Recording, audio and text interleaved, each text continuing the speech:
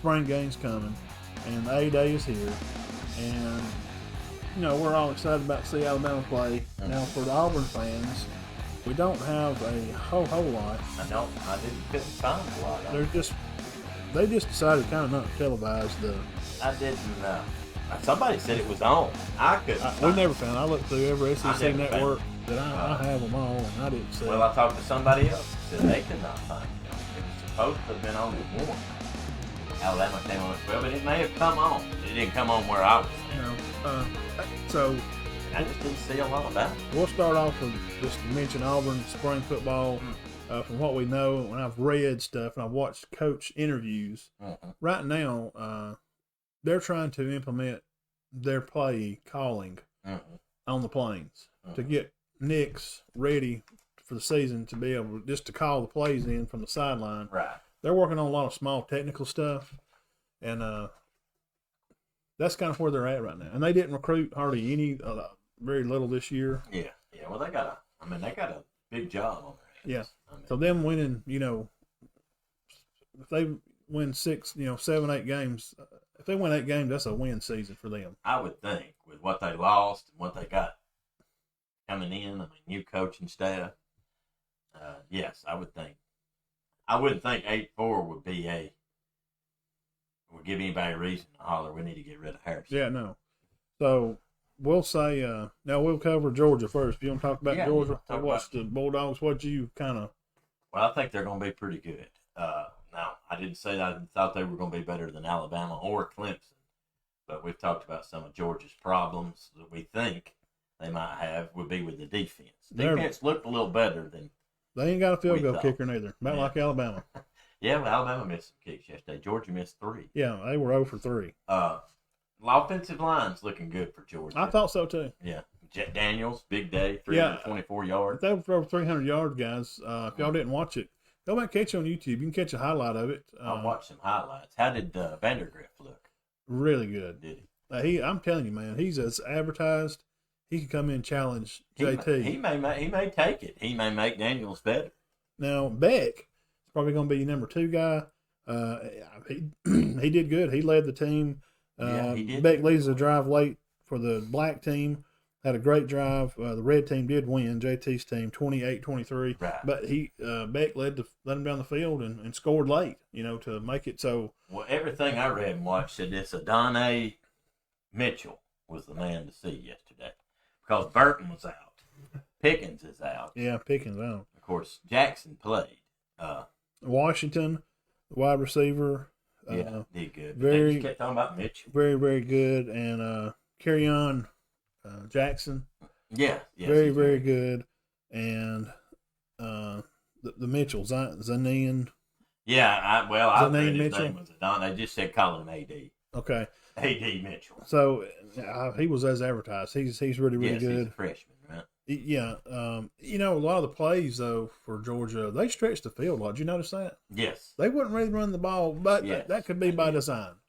Which I think that's what they want out of this Vandergrift and Daniels, is to throw it deep. But I think Kirby, Kirby's smart now. Now he's okay. Spring Garden baseball. They're 19-11 right now. We're just curious about that. Thank you, Coach.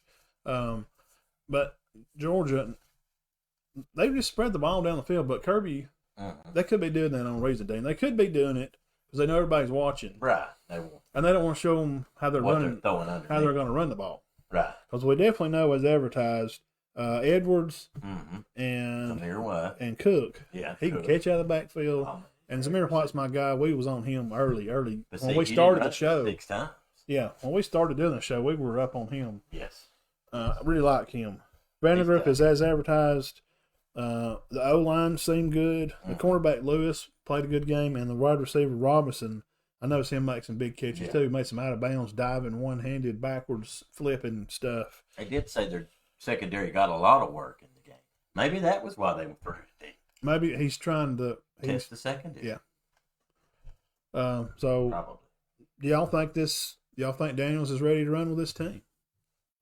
What do y'all think? Well, it looks to me like, from what I've seen, whether Daniels is ready or not, they're going to be in good hands. Whether it's Daniels or Vandergrift, either one. Well, now it's going to be good. they got some new coaches now, like offensive line stuff, and they got stuff changing around down there. So,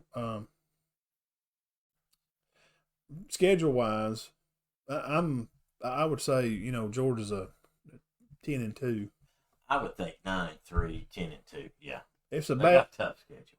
Yeah, I think it's from what they got back, and if they can throw the ball like that and they can stretch the field, if their defense is even half as good as what we think it is, and their corners are as good as they look today, which you're playing each other, and I know if they only win 9 games, I think that's a fail. They may be expected to take 10. Of course, the reason I've got them at 9-3 is because they start out with that Clemson, who I do not think they're going to beat. I think Clemson will be in the semifinals along with Alabama, and we'll talk about who else possibly later.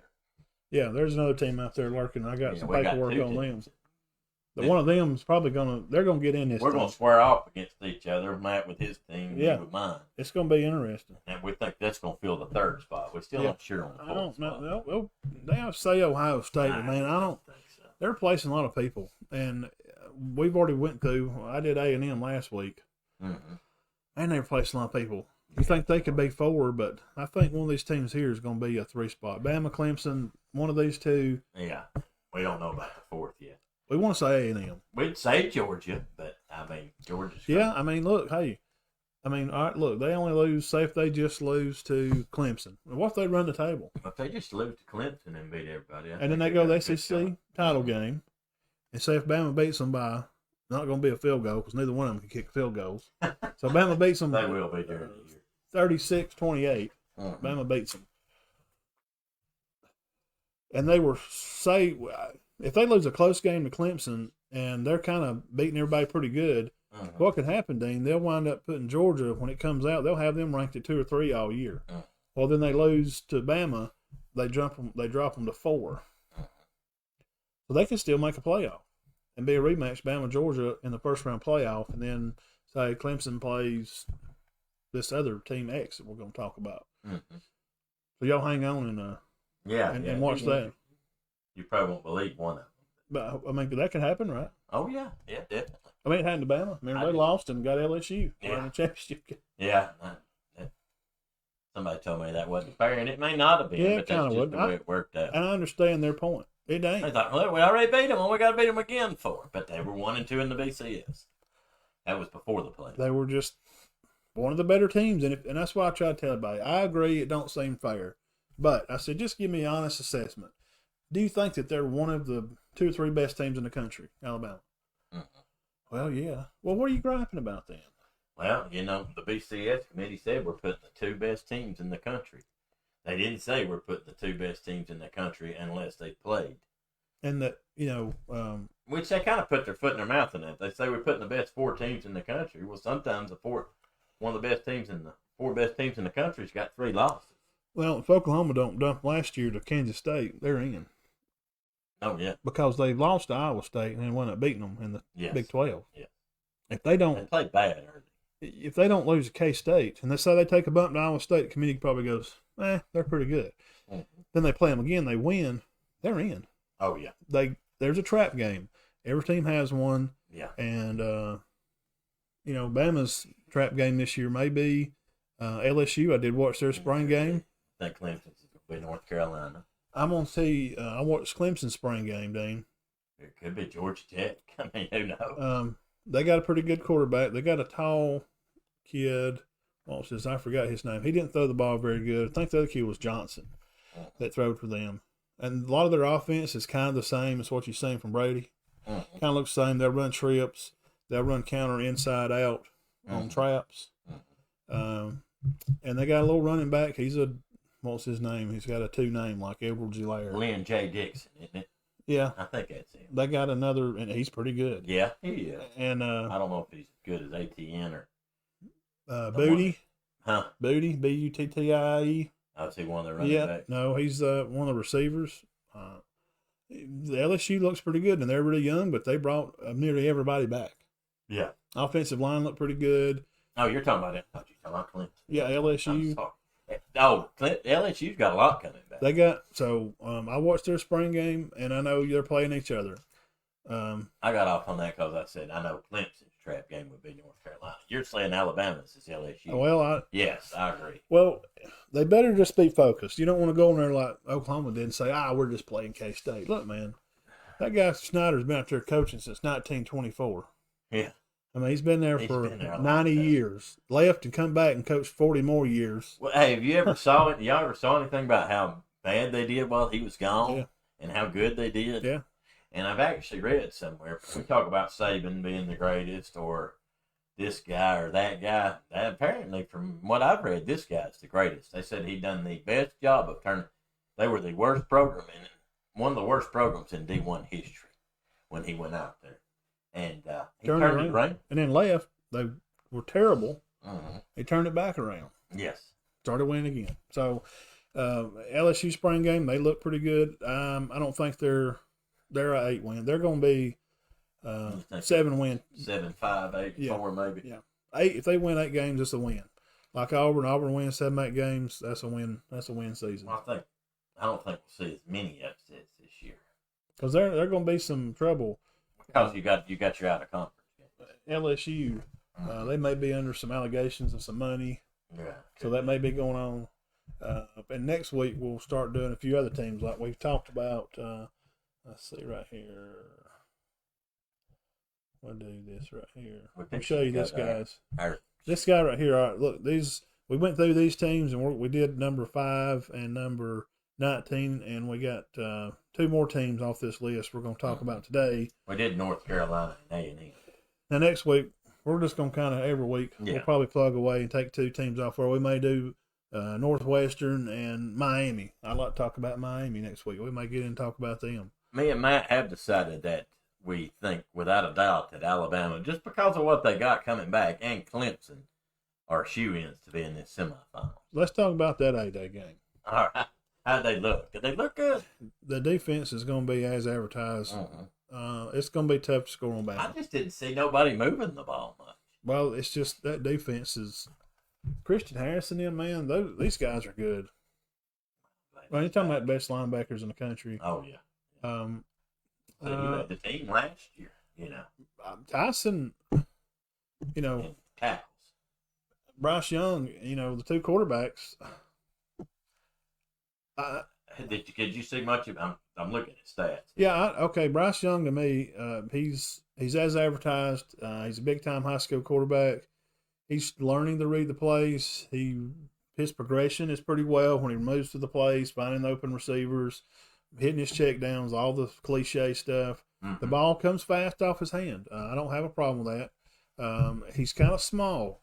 When the pocket closes, he has to move because he's so short. Mm-hmm. He has to move to see to find the lane. He's kind of like Kyler Murray. Mm-hmm. He's got to find somewhere to go with the ball. But he's good at that. And he's kind of Mahomes-like, kind of the magician. He can run out there and fall down and make a great throw. But there's something about him that I'm just not sold on. I don't know what it is yet. There's something missing. I can't put my finger on it. No, Young. Okay. Sorry, I'm killing him tonight. There's something missing about him. Well, he don't have the experience. I mean, you're talking about, I meant Young, not Tyson. Guys, I'm sorry. He just hadn't been having game experience. I had that feeling about Tua. I was never really a big Tua fan. Mm-hmm. Never. He made that big play in the championship game. He made a couple plays. He got sacked. And he gets up and boom, hits the home run ball to Smith, and the rest is history. But he stayed. Every time he would get a little momentum, he was hurt or something happened. See, you think there's something missing with Young. Maybe nothing big, but a little. Yeah, no. All the cliche stuff that you look for in a player, he has those things. Those, the ball just jumps off his hand fast. Right. He makes his reads good. Keeps his feet moving in the pocket. He knows when his checkdowns are. Mm. But Paul Tyson, I like him. I watch him play. Young was to go down or get hurt or something, we'd be in good hands with Tyson, you feel? Really well. All I can go by is what I see with my 4 eyes and how I feel about watching them guys play the game and how they drop back in the pocket, how the ball stays up at their ear, how they move their hips when they're throwing downfield or when they're throwing across body. Right, Yeah, right. those kind of Which plays. is a hard throw. I watch those kind of things, and I like Paul Tyson. Mm-hmm. I like him better than Bryce Young, and I know I'll take a hit for that. Dog it. That's it. What's the Shut the matter show with off. you? Let's get off here. We're done. All right. See, Thank we you don't know guys. nothing We'll about catch y'all next week. Well, just because Young was great in high school does not, and just because he's a 5-star guy, all these don't pan out. I'm just saying, just be careful. And he may. He probably will. And but there's a chance that he won't. And don't kill me for it, but you're saying Tyson may beat him out. I don't. He probably won't because of his escapability. Mm-hmm. And Paul Tyson, he has some escapability, but Bryce has got a rabbit, man. That he can get you out of trouble, and when something breaks down, but that's never been needed. That may be his thing. Right, it is. Like Kyler Murray. But usually when you got a great offensive line like you do at Bama, which they are replacing a lot of people this year. Yeah, I mean, you didn't have to run last year. That's why Bryce probably would get the nod. Yeah. If this happened last year and Tyson had this offensive line from last year, I think he'd have started over. Maybe. Possibly. I'll just say possibly. Well, I'll tell you what, Matt. That's going to be interesting. And I'm also A.J. McCarron fan. I think he's the greatest quarterback to play at Alabama that I ever seen play. Now we know Kenny Stabler and Joe. We know those stories that our parents seen. Best quarterback I ever seen play at Alabama is A.J. McCarron, and that's just my opinion. So you think that Christian Harris may be one of the best linebackers Absolutely. in the country? And you got LeBron Ray back. You've got Will Anderson. You got Jordan Battle. This defense is just stacked, isn't it? Him and Nick Botu, Oklahoma. Yeah, I've heard about him. This guy's a beast. He's good. So you got Shane Lee back too. Between him and so Botu's a beast. Huh? Asoa. Yeah. Asoa, other linebacker at Oklahoma. Joe's back too. Yep. Good defensive back. Yeah. Joe and Battle. Which Battle's more of a run stop. Now, how you like the running game at Bama this year? What's going to be the? Well, they say Najee's gone, but now you got 3 running backs. Somebody told me to watch for Keelan Robinson. I believe it's Joey Spears. You remember Joey from school, don't you? Mm-hmm. He's a big Bama fan. He said that this guy was going to be great. You already got Trey Sanders, who's healed up from his wreck, and Brian Robinson, who's very good. It may not be Najee, but maybe you can have 3 people equal to Najee. You know what I'm saying? Well, and they got the best tight end. We've already talked about their tight end. Yeah, and he had a good game in that game. Billingsley. He played good. Yeah, he's good. Yeah. Now this the other quarterback come in, the Milroe. Yeah, how did he do? He's going to be somebody to watch for. He's maybe a Jalen Hurts more kind of guy. Of course, we know the receivers are good. And they kind of look the same now. We got a new offensive coordinator. We got Coach O'Brien. Okay, comes from Texas. Yeah. Okay, Deshaun Watson. He was his coach out there. Sark's gone. He's at Texas. Offensively, what'd you think? They look different. What do y'all guys think? How'd Bama look compared to last year? I think it was kind of the same. I think he may have run some plays from last year to keep people from knowing what he's going to do, too. Well, I wouldn't think they would go all out. But from what I watched, my opinion was the defense was hard to move the ball on. Yeah. I mean, I watched it 3 or 4 times, and there was interceptions. We said Saban caused a fumble there on one of them, didn't it? Saban caused the fumble. Interceptions, near interceptions. I don't know. The Young got the most valuable player. I thought he played admirably, but I didn't think he didn't stand out to me. Wore it out. There's something that's missing about him. Again, look at the defense. And y'all fall in, yeah, right, and tell me, is that what it is? It's just the defense so good, it's hard for Bryce to look good when you're playing against maybe the top 1 or 2 defense in the country. And, which Sean always said, Jake Coker's great. Jake Coker's great. Well, Jake Coker comes in, and I was like, Jake, he's terrible. What are they talking about? 3 weeks later, he's great. So it may just be him getting on the field. Fitting into the system and what's going on. And Coach O'Brien, we have faith in Coach Saban. And it looks like through the spring, seeing Hampton, Josh, working out stuff with the boys. And it seems like injuries are better now since they've got the 2 new guys down there. Right. Things have changed. It's more of a science. Right. I knew they changed over. But I think they'll be fine. I think the defense. They look a lot of slant plays, a lot of middle of the field throws, kind of like last year. Offense don't. That's the thing about Alabama. The offense doesn't have to gain 500 you yards lose a game. Smith and Waddle. Yeah, you did lose Smith and Waddle. The 2 Jones. Best playmakers. But I think they'll be fine. We'll just have to see. I think the defense will keep them in stuff. if the offense isn't clicking. Yeah. Isn't clicking. A typical Alabama team. And hats off to Saban again for just rolling with the punches and how football has changed. He's just rolling with the changes, how the times have changed. They're like Metallica.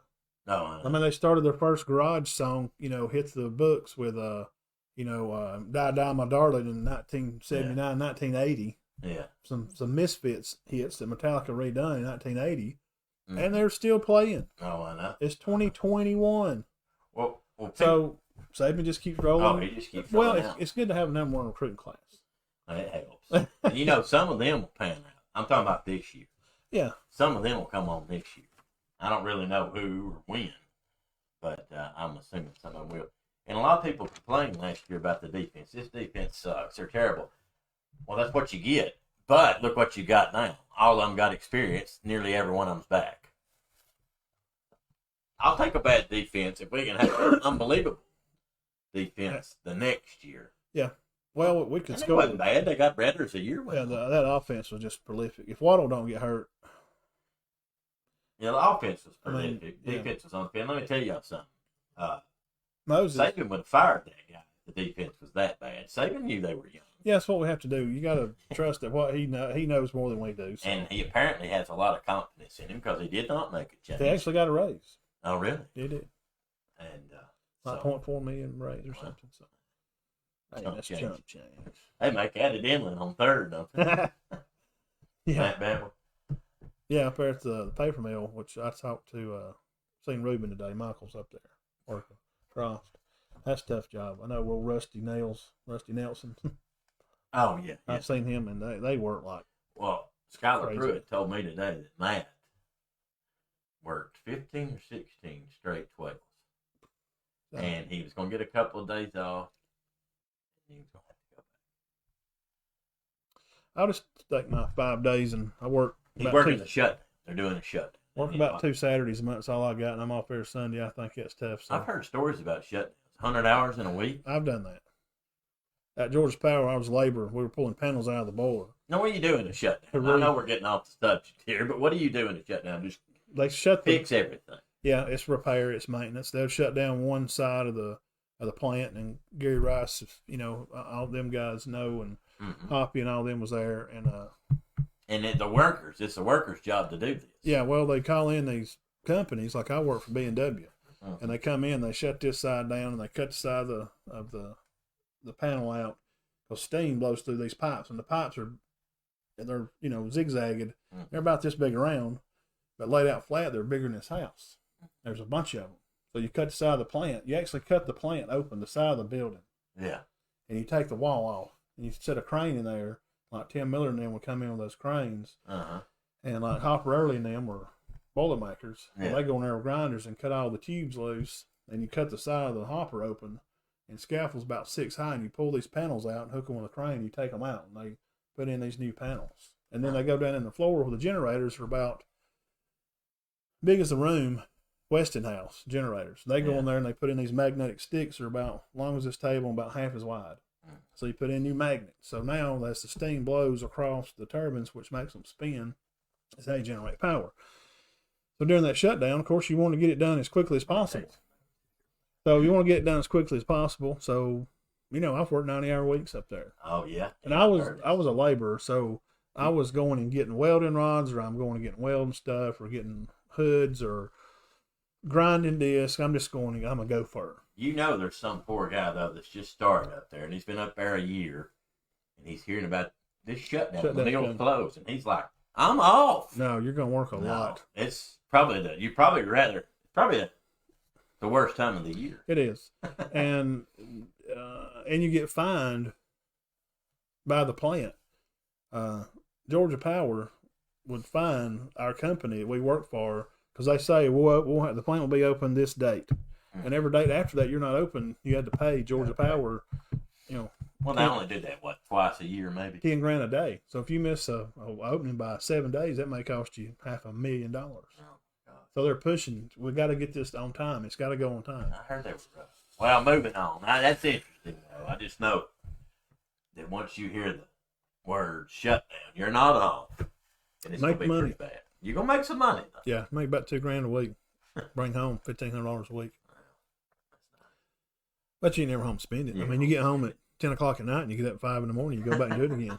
For day after day. And you don't go eat lunch. You take a lunchbox full of food, crackers and Vieners and sandwiches. You don't go to the break room? No, they ain't really no break room. Not up there. I mean, there was, but they ain't going in there. That's for the. I've always been interested in. That's for the yellow hats. What we call them, for Georgia Power people. I've always been interested in the shutdown schedule because I've talked to guys for years. Come in hard, but we're going to shut down. I won't be home for 10 days. I'm like, what? Yeah, you come home at 10, 11 o'clock at night and you get up and go back out daylight. It sounds like a horrible experience. You go home, take a bath, and you sleep, and you go back. All right, we're moving on. Guys, we'll be back on here later talking about another industry, Mohawk. Yeah, we're going to break that down next week. Next week, stay tuned for Mohawk Industries. Then Goodyear. We'll talk about how to set up the doffers and how to you got to splice. Do maintenance and we'll be doing splicing in the new blow-through method. Me and him get this. Y'all may not, but me and him get it. All right, Dean, it's that part of the show. Oh, yeah. James, you going with yours first? No, I'm going to let you go first. I got carried on about the outages. Oh, I mean, that stuff's interesting. All right. We've got two teams. There's your team, man. In a minute. I'm going to name mine first. Iowa State Cyclones. Okay, we're going to break them down. Let me look at some of my notes here. Got my notes on my phone. What have they got coming back? They went 9-3. They got their quarterback back. I think everybody's back. I think I read on them. They're loaded, man. Just looking at the schedule, I stumbled across that, and Iowa State returns all offensive starters. All of them. Purdy, quarterback, Hall, tailback, and Colin, their tight end. Oh, yes. Who is one of the best tight ends in the country. So, all the starters back. Go ahead. Sorry. Purdy. Back again, one of the best quarterbacks in the country. 2,700 yards passing. Brees Hall, who they say will be on the Heisman watch. 1,600 yards rushing. Xavier Hutchinson, leading receiver back. Kenny Manny. Manny, no, that's Hutchins. Oh, okay. Yeah. Sorry about that. He may be off Kenny Manny. 64 catches. They got the best tight end in the country, one of the best. All linemen back. Yeah, I mean, they're bringing back all their offensive starters. They lost nobody on offense. And zero. Listen to this. Great run-stopping defense. Unbelievable. Actually, the article I read said they don't even have the luxury of having good recruits. Great. Let's just face it. The best players in the world don't go to Iowa State. No, right. And it's like this defense, this run-stopping defense, the front eight, they got a few problems in the secondary. The front seven is just amazing. So, the question is, with a quarterback back, with the best running back in the country, one of the best running backs in the country back, best tight end, great offensive line, great defense, can you make that semifinal? What do y'all think? If you're Iowa State. Hey, this is y'all show. We're just up here talking. How y'all feel about Iowa State? I mean, Big 12? Big 12. Somebody's got to make a spot at that number 4. And the scenario that I laid out earlier would be if Georgia comes out and maybe loses to Clemson the first game and continues on to win, they'll keep them bumping around 2 or 3. And if they lose to Bama for the SEC game, they may only put them at 4. But there's still 2 more spots. Right.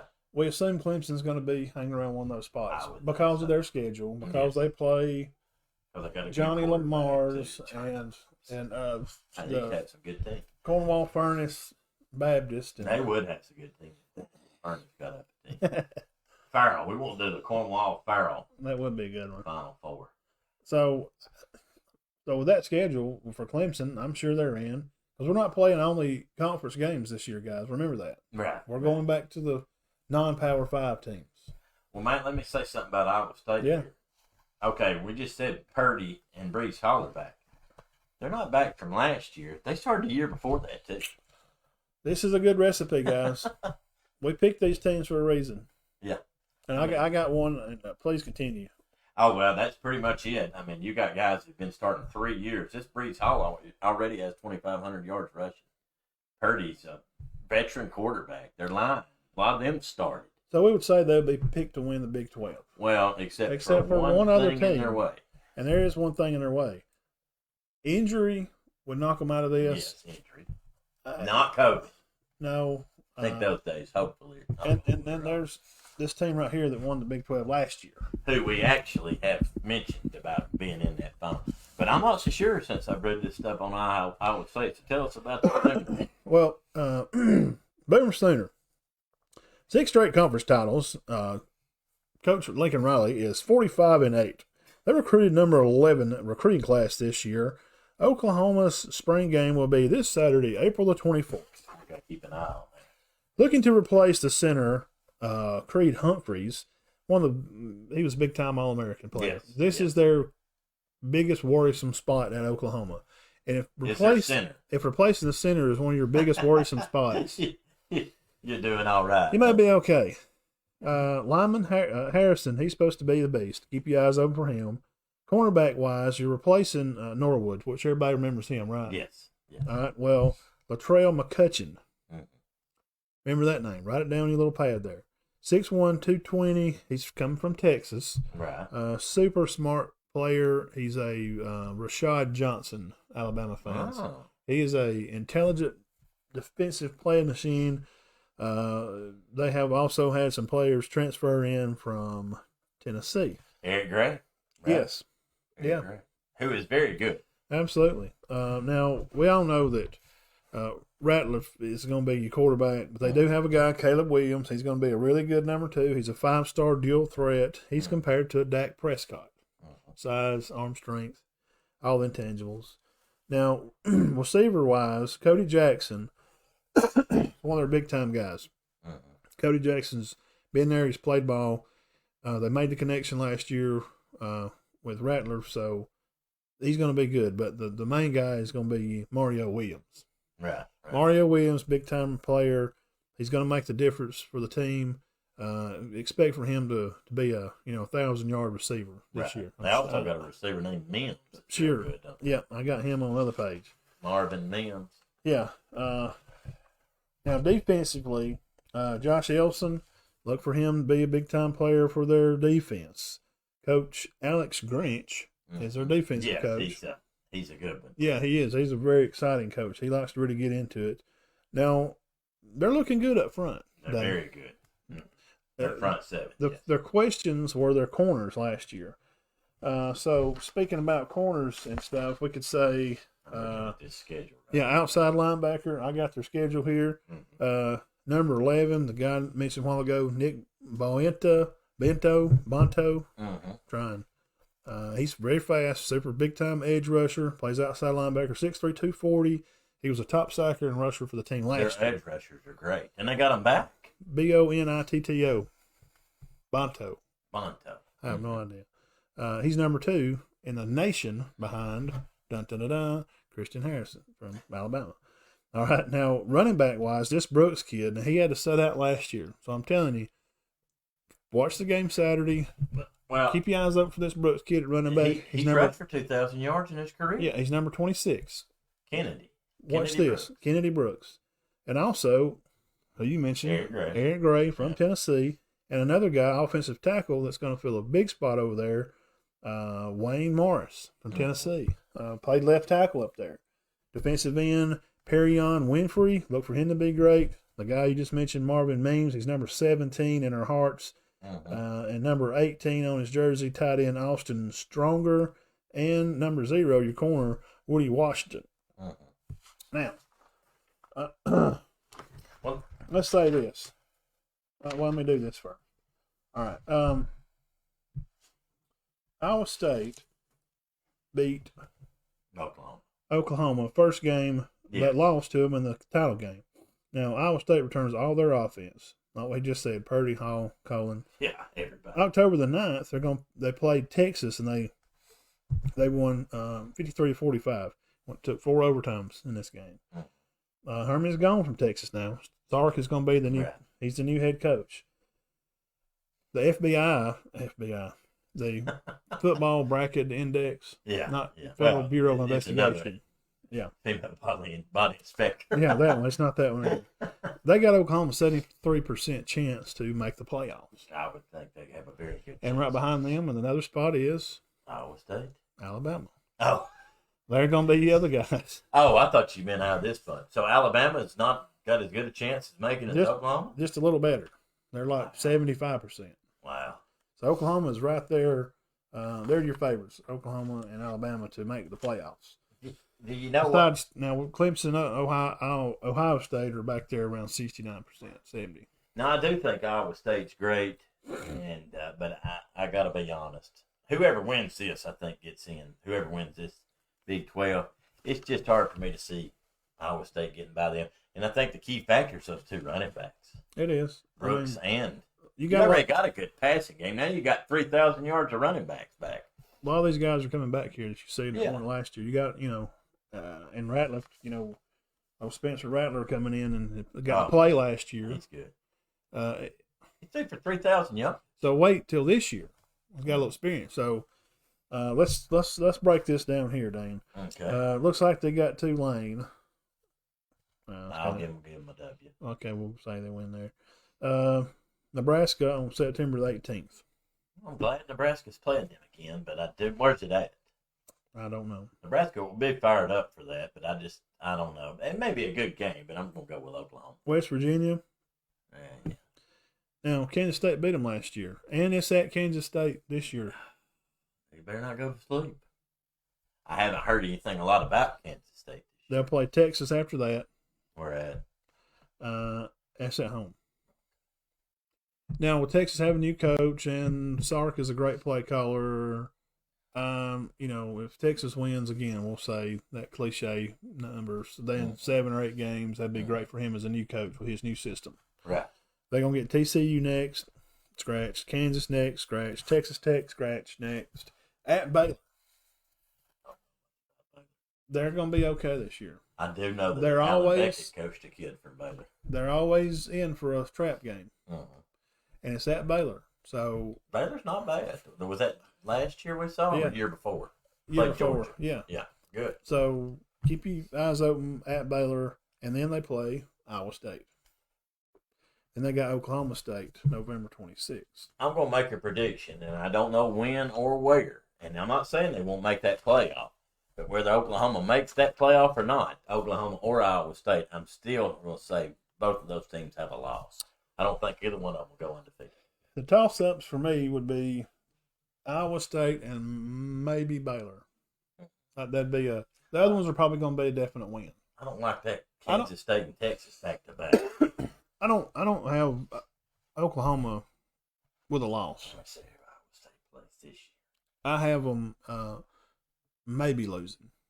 I got you. A toss-up with my pick is Baylor and Iowa State because we've just proved to you in our court of Dean and Matt, attorneys at not law, everything to say can you will be used against you. We're getting in with Hawkins next week. Boys. Yeah. Scott, we're gonna need some legal advice from you. This is the case we've laid out. Oklahoma, it's gonna be really good.